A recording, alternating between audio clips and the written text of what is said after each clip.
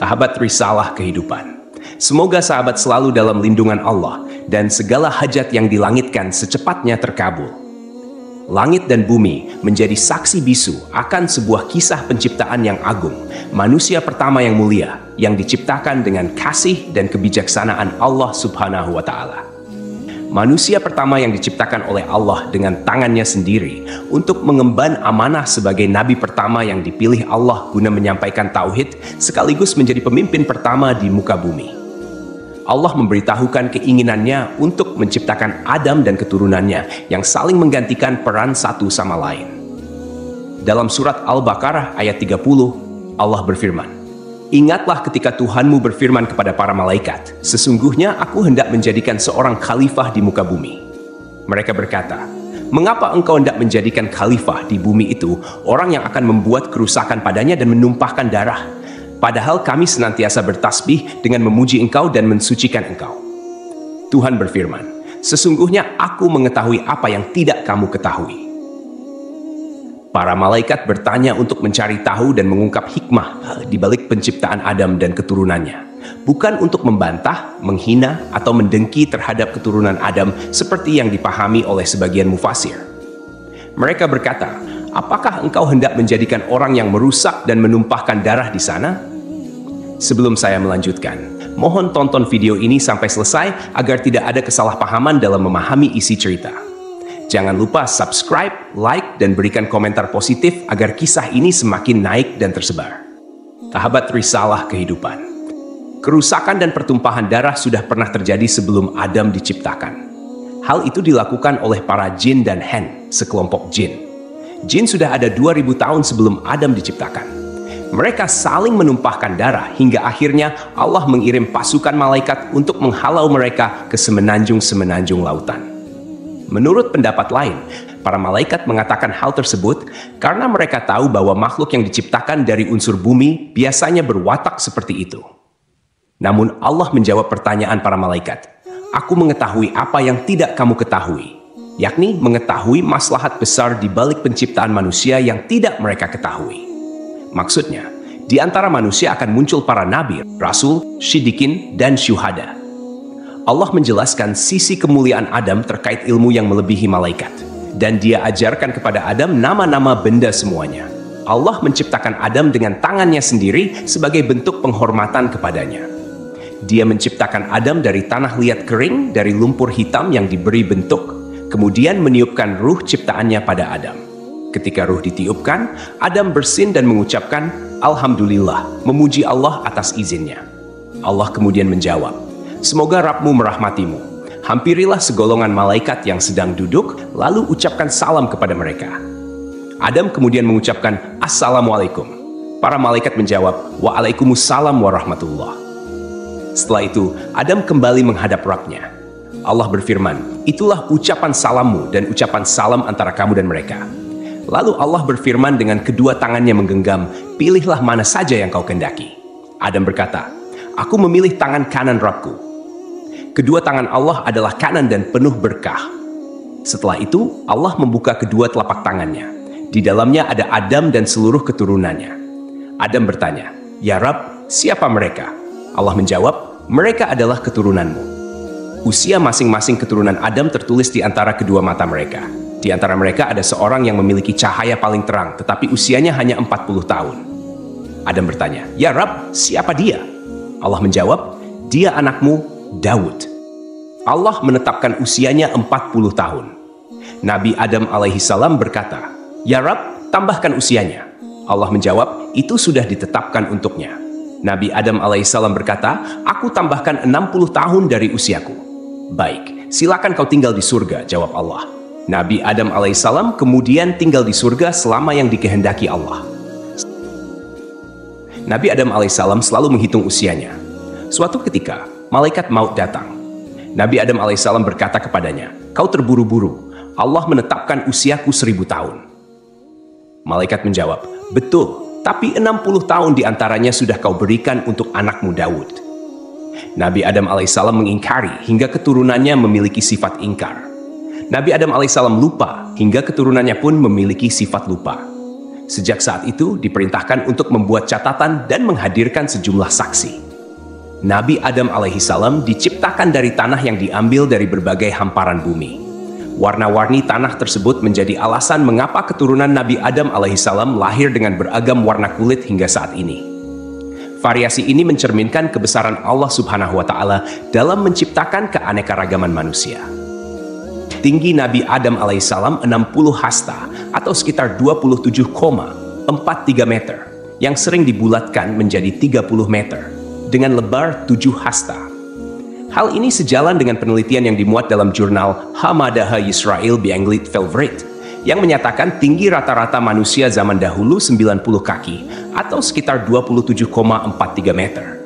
Namun, ukuran tubuh manusia terus mengalami penyusutan secara bertahap hingga saat ini. Tentunya, Allah Subhanahu wa Ta'ala memiliki alasan terbaik terkait penyusutan tubuh manusia, karena rencananya selalu yang paling hebat. Meskipun manusia saat ini tidak memiliki postur tubuh setinggi Nabi Adam alaihissalam, Rasulullah Shallallahu alaihi wasallam menyampaikan kabar bahwa penghuni surga nantinya akan memiliki postur tubuh seperti nenek moyang mereka, yaitu Nabi Adam alaihissalam. Rasulullah Shallallahu alaihi wasallam bersabda, "Sesungguhnya tinggi badan para penghuni surga ketika mereka memasuki surga adalah 60 hasta, seperti pohon kurma yang tinggi. Mereka makan buah-buahan di surga sambil berdiri." Hadis riwayat Abu Naim. Allah juga mengajarkan kepada Nabi Adam alaihissalam nama-nama benda yang diketahui manusia, mulai dari manusia, hewan, bumi hana, lautan, gunung, unta, keledai, dan nama-nama benda lainnya. Allah juga mengajarkan tentang lembaran, takdir, dan lainnya. Allah mengingatkan hal ini dalam surat Syad ayat 71-78. Ingatlah ketika Rabb-mu berfirman kepada malaikat, "Sesungguhnya aku akan menciptakan manusia dari tanah. Kemudian apabila telah aku sempurnakan kejadiannya, dan aku tiupkan ruh ciptaanku kepadanya, maka tunduklah kamu dengan bersujud kepadanya." Lalu para malaikat itu bersujud semuanya, kecuali iblis. Ia menyombongkan diri dan ia termasuk golongan yang kafir. Allah berfirman, "Wahai iblis, apakah yang menghalangi kamu sujud kepada yang telah aku ciptakan dengan kekuasaanku? Apakah kamu menyombongkan diri atau kamu merasa termasuk golongan yang lebih tinggi?" Iblis berkata, "Aku lebih baik daripadanya karena engkau ciptakan aku dari api, sedangkan dia engkau ciptakan dari tanah."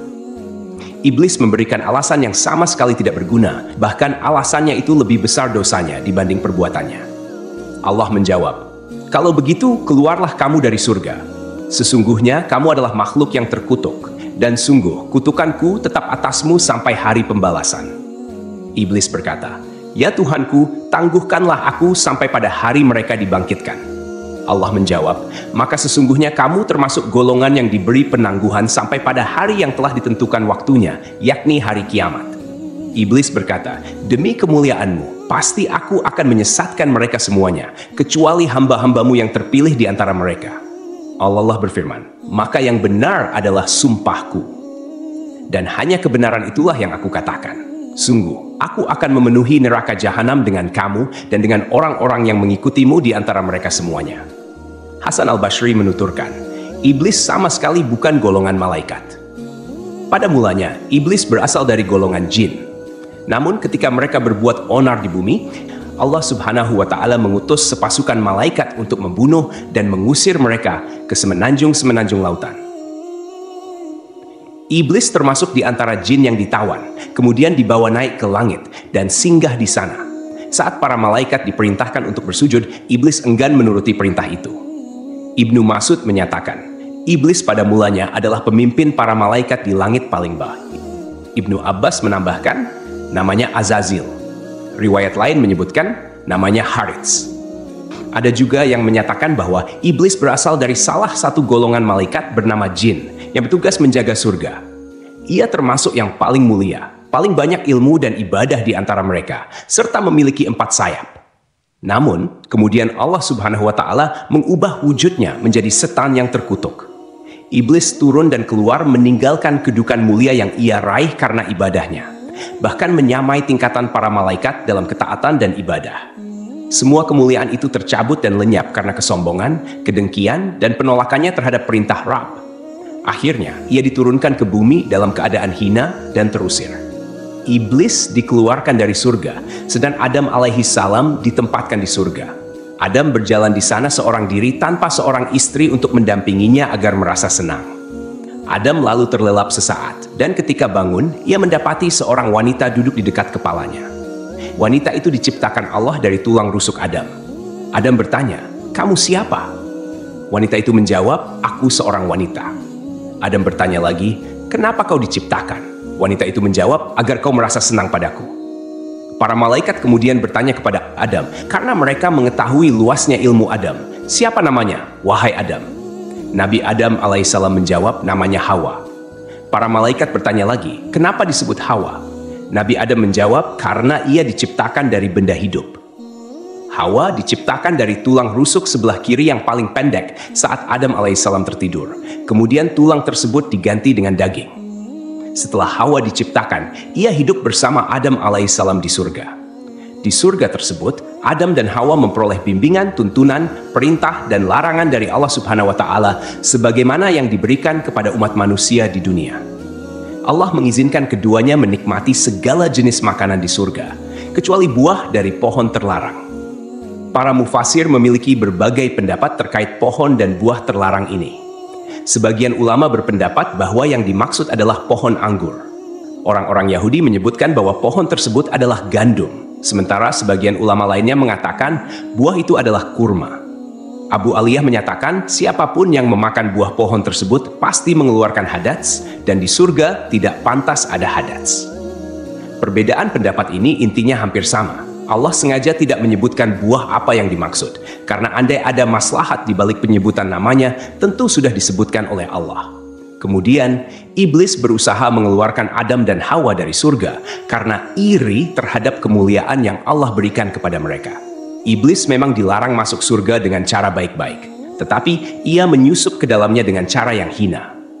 Dalam tafsir Al-Qurtubi, disebutkan bahwa iblis masuk ke dalam surga melalui mulut seekor ular. Setelah iblis menawarkan diri kepada semua binatang, tidak ada yang bersedia membantunya masuk surga, hingga seekor ular setuju membawanya. Ular itu memasukkan iblis ke dalam perutnya, lalu masuk ke surga. Ketika ular itu keluar, iblis pun keluar dari dalam perutnya, kemudian menuju pohon larangan bagi Adam dan Hawa.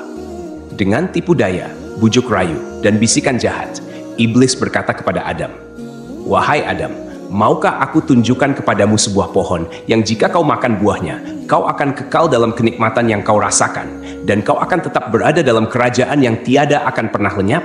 Rabbmu hanya melarang kamu berdua mendekati pohon ini dan makan buahnya, agar kalian tidak menjadi seperti malaikat yang kekal." Artinya, jika kalian berdua memakan buah itu, kalian akan menjadi malaikat atau kekal selamanya di surga. Setan bersumpah kepada keduanya, "Sesungguhnya aku ini benar-benar termasuk para penasihatmu." Setan membujuk mereka dengan tipu daya. Ia pertama kali mempengaruhi Hawa. Ia membawa pohon itu ke hadapan Hawa seraya berkata, "Lihatlah pohon ini, baunya harum, rasanya lezat, dan warnanya indah." Setan terus mempengaruhi Hawa, hingga Hawa akhirnya mengambil buah pohon itu dan memakannya. Hawa lebih dahulu memakan buah pohon tersebut, dan dialah yang menyebabkan Adam alaihissalam memakannya. Kata Hawa kepada Adam, "Makanlah, aku sudah makan." Maka Adam pun makan dari pohon itu. Ketika mereka mencicipi buah pohon tersebut, tampaklah aurat mereka. Saat itu kedua mata Adam dan Hawa terbuka, dan mereka menyadari bahwa mereka telanjang. Mereka pun segera mencari dedaunan pohon tin untuk menutupi aurat mereka.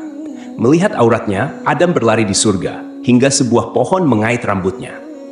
Adam mencabut rambutnya, lalu Allah Ar-Rahman memanggilnya, "Hai Adam, apa kau melarikan diri dariku?" Adam menjawab, "Ya Rabb, aku tidak melarikan diri darimu, tetapi aku malu."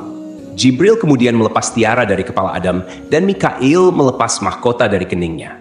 Allah berfirman, "Bukankah aku telah melarang kamu dari pohon itu, dan aku telah mengatakan bahwa sesungguhnya setan adalah musuh yang nyata bagi kamu berdua?" Adam dan Hawa berkata, "Ya Rabb kami telah menzalimi diri kami sendiri." Setelah menyadari kesalahan mereka, Adam dan Hawa memohon pertaubatan kepada Allah. Allah menerima taubat mereka, namun tetap memberikan hukuman atas pelanggaran yang telah dilakukan. Keduanya dikeluarkan dari surga dan diturunkan ke bumi. Allah berfirman, "Turunlah kalian dari surga menuju bumi, dan kalian akan menjadi musuh satu sama lain.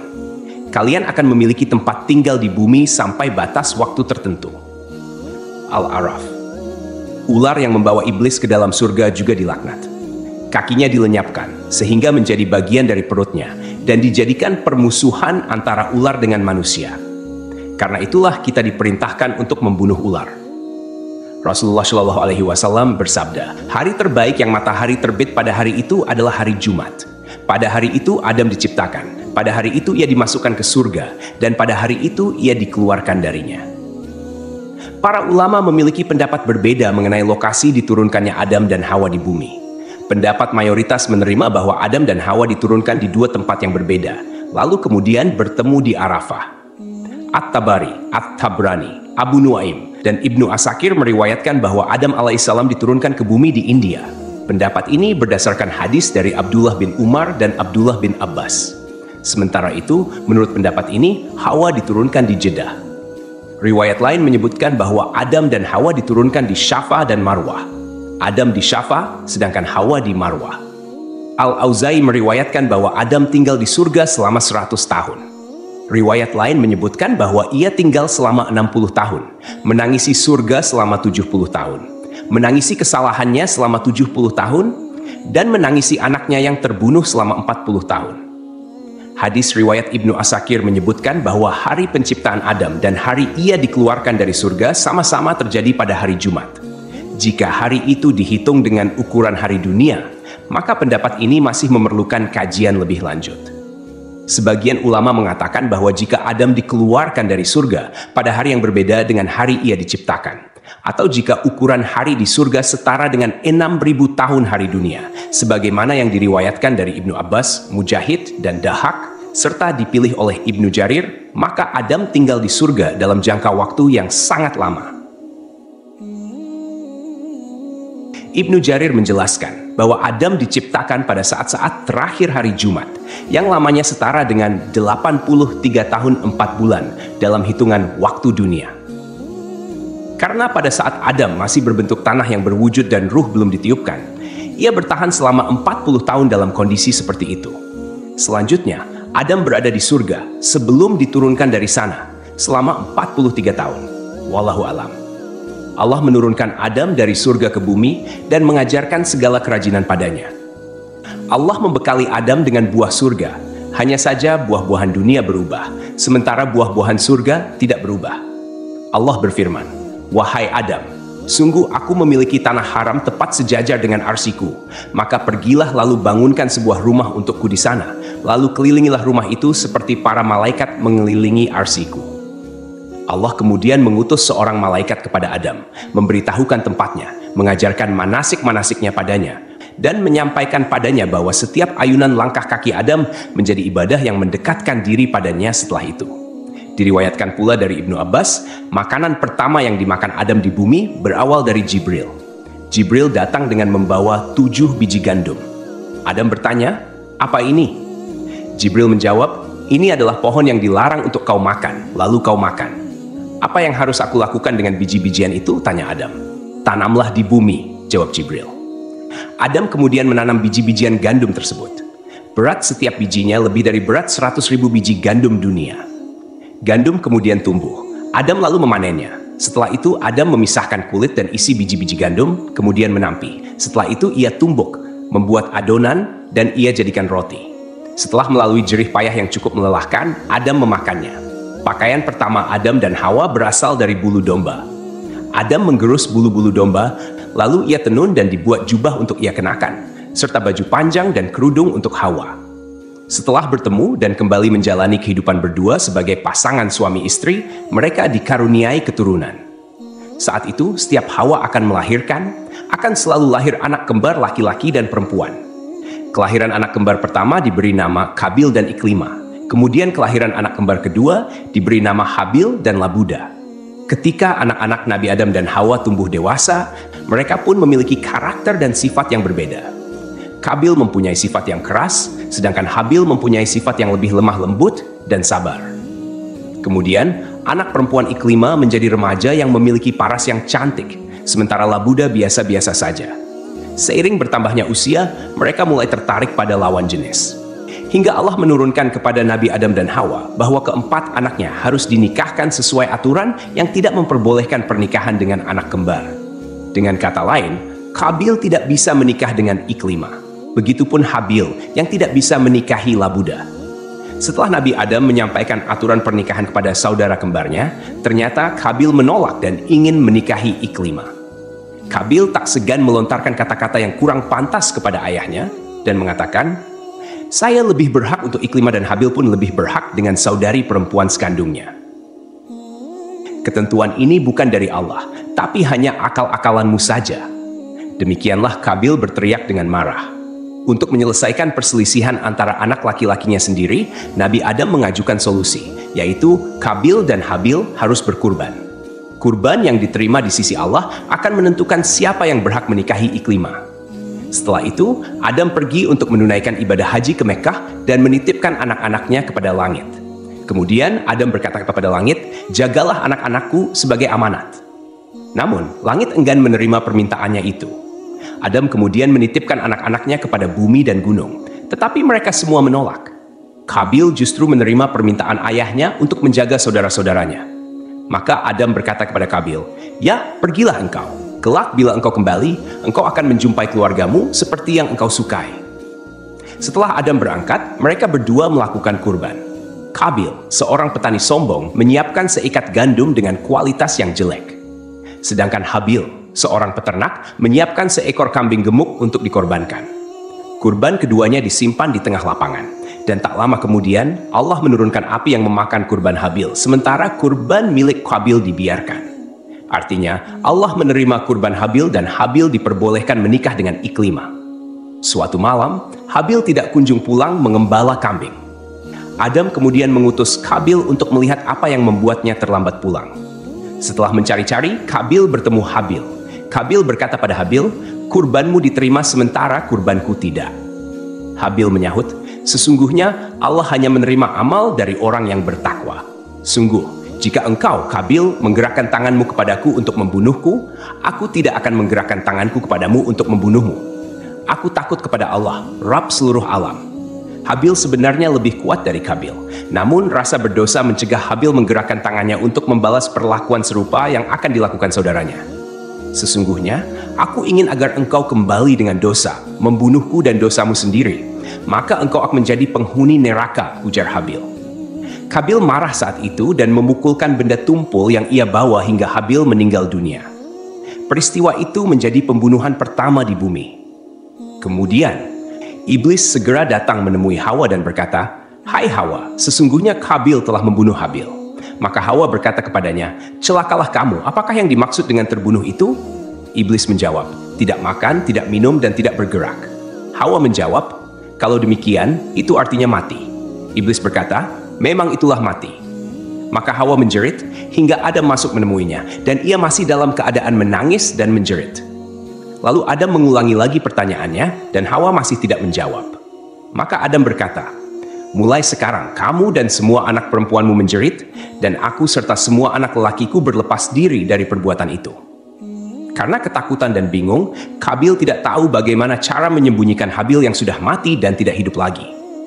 Qabil berusaha membuang ke laut, tetapi ombak mendorong tubuh Habil hingga ke tepian. Akhirnya, Qabil memohon ampun kepada Allah dan bertaubat atas segala perbuatannya. Sampai akhirnya, Qabil melihat seekor burung gagak di atas pohon dan seekor burung gagak mati. Burung gagak yang masih hidup membawa burung gagak yang mati itu ke tanah. Burung gagak itu kemudian membuat lubang di tanah dan mendorong gagak yang mati itu ke dalam tanah. Qabil akhirnya paham dan meniru cara burung gagak itu. Mengenai lokasi terbunuhnya Habil, menurut keterangan beberapa ulama, tempat tersebut berada di kawasan pegunungan Kasiyun. Sebelah utara Damaskus terdapat sebuah gua bernama Gua Dam. Gua ini dikenal sebagai tempat Qabil membunuh saudaranya, Habil. Mendengar kabar bahwa salah satu putranya telah meninggal, Nabi Adam pun dirundung kesedihan yang amat dalam. Selama setahun, dia tidak tertawa dan tidak bergaul dengan Hawa. Maka Allah berkata kepadanya, "Hai Adam, sampai kapan tangisan dan kesedihan ini? Sesungguhnya aku akan memberikan pengganti dari anak itu untukmu dengan anak terpercaya dan akan menjadi nabi." Allah menghapus laranya dengan menganugerahkan Nabi Adam dan Hawa seorang putra yang lahir tanpa saudara kembar bernama Seeds, artinya karunia dari Allah. Kelak, Allah mengutusnya menjadi nabi kedua setelah kematian Nabi Adam. Dikisahkan, sebelum akhir hayatnya, Nabi Adam meminta putranya untuk membawakan buah dari surga. Adam menginginkan setandan buah anggur surga. Anak-anakannya kemudian mencarikan buah anggur untuknya, dan mereka berpapasan dengan para malaikat. Para malaikat bertanya, "Kalian hendak kemana, anak-anak Adam?" Mereka menjawab, "Ayah kami menginginkan setandan buah anggur surga." Malaikat berkata kepada mereka, "Kembalilah kalian, karena ayah kalian tidak lama lagi akan meninggal dunia. Kalian sudah tidak perlu lagi mencari buah itu." Lalu para malaikat mencabut nyawa Adam, memandikan, memberi kamper, dan mengafani jenazahnya. Jibril menyalatkan jenazahnya, dan para malaikat salat di belakangnya. Setelah itu, mereka mengubur jenazah Adam. Para malaikat selanjutnya berkata, "Inilah syariat kalian dalam mengurus jenazah." Kemudian sebelum pergi, dia berpesan agar kematian Adam menjadi pelajaran bagi umat.